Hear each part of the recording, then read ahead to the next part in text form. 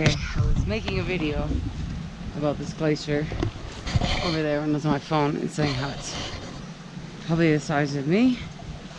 Wow. That's a bit of ice. It is way taller than me.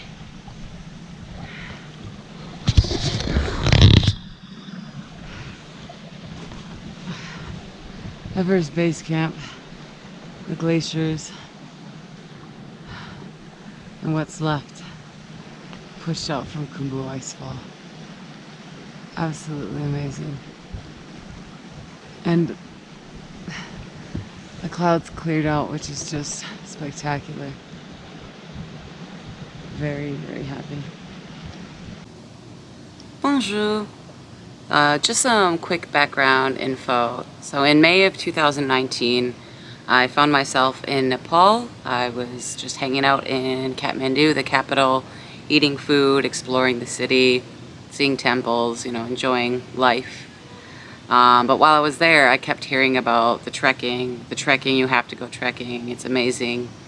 And so I decided I'd go for a trek, even if it was just for a day or two. I'd previously never been trekking before in my life. I think maybe when I was about 17, 18, I'd been trekking a little bit in Arizona for a couple hours, so pretty much no experience in the trekking realm. But I started talking to locals and foreigners alike. There's a lot of options in Nepal. Tons of options, but two main treks kept coming up. It was Annapurna Circuit, which is in Pokhara, which is a few-hour bus ride away from Kathmandu. And then there was the Everest Base Camp trek, which was a lot farther away. You needed to actually take a flight to get to Lukla, which is the town where the trek begins. Obviously, for me at least, Everest Base Camp trek spiked my interest, but it quickly eliminated that trek because of the costs. It sounded like I needed a porter, that I needed a guide, I needed to take a flight since it was so far away. It was about $150 to $180 for the flight from Kathmandu to Lukla, which is for me a lot of money as budget backpacker. And then having a guide so I don't get lost in the Himalayas, and a porter to carry my backpack, and it was not sounding feasible, so kind of decided, all right, I won't be able to do that. But I was looking for the gear, because I had decided no matter what I do, I'm going to need gear. Previously to getting to Nepal, I had been backpacking around India for about 3 months. It was very hot. I only had one pair of footwear. It was sandals. So I went down to the markets and I started bartering for everything that I would need for this trek: boots, water bottle, sleeping bag, jacket, the whole 9 yards. And got all my gear together, but I couldn't get Everest Base Camp trek out of my head. Once I had it in there, I was like, man, there has to be a way to be able to do this trek. I talked to some of the staff at my hostel. I was asking other locals. I went down to a bus station, and I found out that there is a bus that you can take, not to Lukla, but to a village a few days trek below Lukla. I think it was called Phaplu. And the bus ride took 20 hours. It was $20 US, and then you could just trek a few extra days and get to Lukla, where everyone else flies into, and just continue trekking from there. Once I found that out, I bought my ticket. I was ready to go. I decided I did not need to have a guide. I came to the conclusion that it's Mount Everest. It's a very popular mountain. I'm pretty sure there's signs there. Even if it was off season, I'm sure there were still people along that trek, and I wouldn't get lost in the Himalayas, or so I hoped. So I decided I don't need to pay for a guide. A porter, I didn't need them. I would carry my own backpack. I'm not an old lady that can't, I'm young enough to carry my own weight. So I decided, look, if I could take a bus there for $20 US, I don't need to pay a guide or a porter on a daily basis. I can afford this. So I bought my ticket. I headed out there. Normally it takes people about 12 days once they fly in from Lukla to go to Everest Base Camp and then back down again.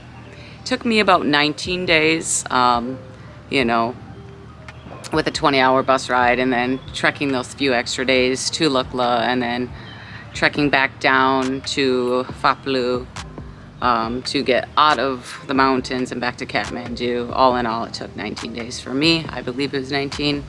So yeah, this is just a quick summary, maybe not so quick summary, of how I found myself trekking in the Himalayas to Everest Base Camp.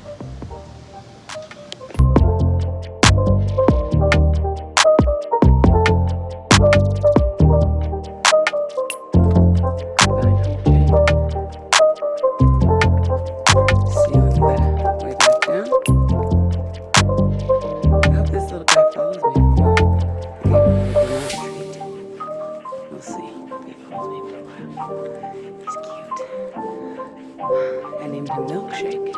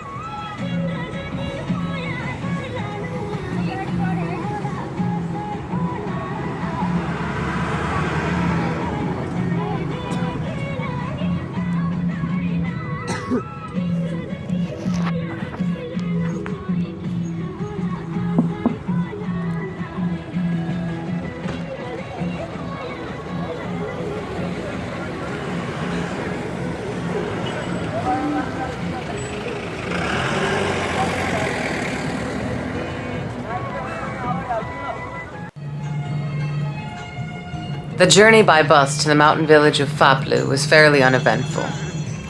The roads I encountered in Nepal are some of the most crude roads that I've ever come across in the world, many times resembling more a dried-up riverbed than any actual road. It felt like we were off-roading for much of the 20-hour journey. Several times, the local girl across the aisle and I sharing a smile or laughing as we flew several inches off our seats, driving over a particularly large rock or rut in the road. We got a flat tire pretty early into the trip, but they of course carried a spare tire for this circumstance, which I have a feeling happened quite often. At another point in my journey, I heard a loud bang and smoke started pouring out of something near the front of the bus.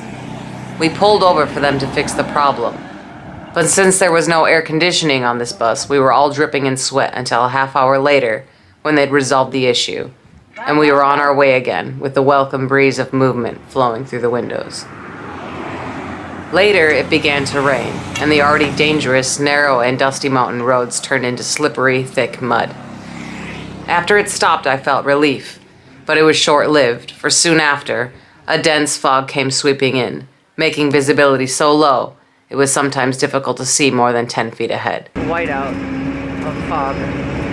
But finally, with the expertise of our bus driver, we pulled safely into Phaplu in the late evening hours. The village was pitch black, and I learned there was no electricity at all. Except for one place. I heard a generator, and I followed the sound through the otherwise silent village and saw a faint light, saw a sign advertising it as a tea house, went inside, ate some soup, and fell fast asleep.